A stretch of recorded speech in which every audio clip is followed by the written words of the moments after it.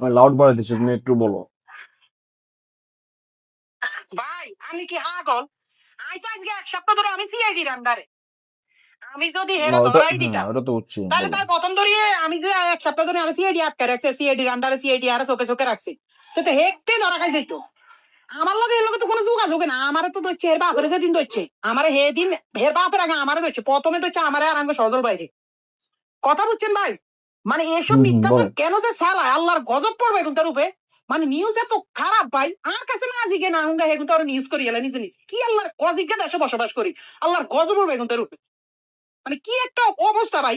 আমি এসে সিআইডি গান্ডার আরে কালকে বিকাল 3টা বাজে সিআইডি সার্চ, আরে কালকে বিকাল 3টা বাজে সার্চ। আমার গেল কোনো যোগাযোগ নাই কিছু নাই, হে বেলা নোয়াখালী গেছে। হের ফ্যামিলির মধ্যে মাত্র আমি ওই আহাত বেল লাগে দুলাবাইল কথা গেছে, দুলাবাইকে তোর নাম কেন মানুষ বলাই বুঝলাম কি রে ভাই। এখন আঙ্গুটি বের মধ্যে আরো একটু সিনা পরিচিত দেয় অন বুঝে আইবুট কি মারা খাই। এটা কোনো কথা? এটা না আইন কিছু ভিডিও বানাইছে আর পেজে ছাড়তে আছে।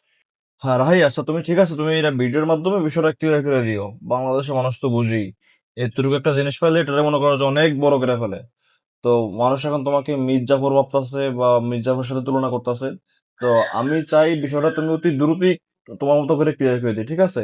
তবে এত রাতে ডিস্টার্ব করার জন্য সরি। তো ঠিক আছে, ভালো থাকো। ইনশাল্লাহ কালকে দিনে কথা হবে এই বিষয়ে। ওকে, আল্লাহ হাফিজ।